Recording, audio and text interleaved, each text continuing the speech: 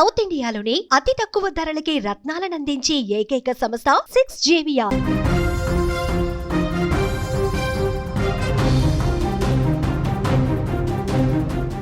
చీర కొనివ్వలేదని ఒకే ఒక కారణంతో భర్తను కుక్కర్తో కొట్టి చంపేసిందో భార్య. ఈ దారుణ ఘటన మహారాష్ట్రలో జరిగింది. ఒక చిన్న చీర, ఆ చీర కొనివ్వలేదన్నటువంటి ఒకే ఒక చిన్న గొడవ చివరికి ప్రాణాన్ని బలి తీసుకుంది. క్షణికావేశం ఒక కుటుంబాన్ని కూల్చేస్తే 7 ఏళ్ల పసివాడి ముందే కట్టుకున్న భర్తను 100 ఏళ్ల జీవితానికి దూరం చేసింది. అసలు బద్లాపూర్లో ఆ రోజు రాత్రి ఏం జరిగింది? ఒక ప్రెషర్ కుక్కర్ హత్య ఆయుధంగా ఎలా మారింది?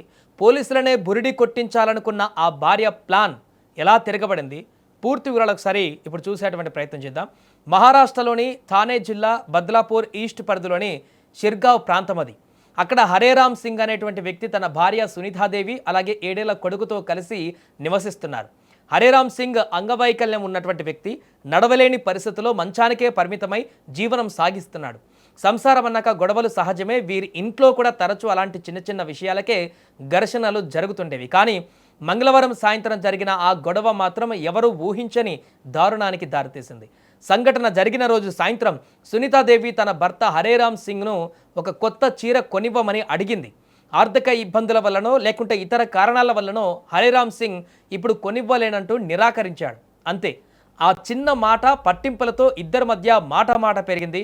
కోపం కట్టలు తెంచుకున్న సునీతాదేవి నిమిషాల వ్యవధిలో రాక్షసిగా మారిపోయింది. వంటగదిలోకి వెళ్ళి బరువైనటువంటి ప్రెషర్ కుక్కర్ తీసుకువచ్చి మంచంపై ఉన్నటువంటి భర్త తలపైన బలంగా బాది కొట్టింది. హరేరామ్ సింగ్ అంగవైకల్యం ఉన్న వ్యక్తి కావడంతో ఆమె దాడి నుంచి తప్పుకోలేకపోయాడు, అలాగే తిరగబడలేకపోయాడు. కుక్కర్ దెబ్బకి కింద పడిపోయినటువంటి భర్తను ఆ తర్వాత గొంతు నిలిమి అత్యంత దారుణంగా హత్య చేసింది సునీతాదేవి. హత్య జరిగిన తర్వాత సునీతాదేవి చాలా తెలివిగా పోలీసులను, స్థానికులను తప్పుదోవ పట్టించడానికి ఒక కొత్త నాటకం కూడా మొదలుపెట్టింది. తనకేమీ తెలియదన్నట్లుగా నాటకం ఆడుతూ పోలీసులకు సమాచారం అందించింది. ఎవరో వచ్చి దాడి చేశారన్నట్లుగా సీన్ని క్రియేట్ చేసేటువంటి ప్రయత్నం చేసింది.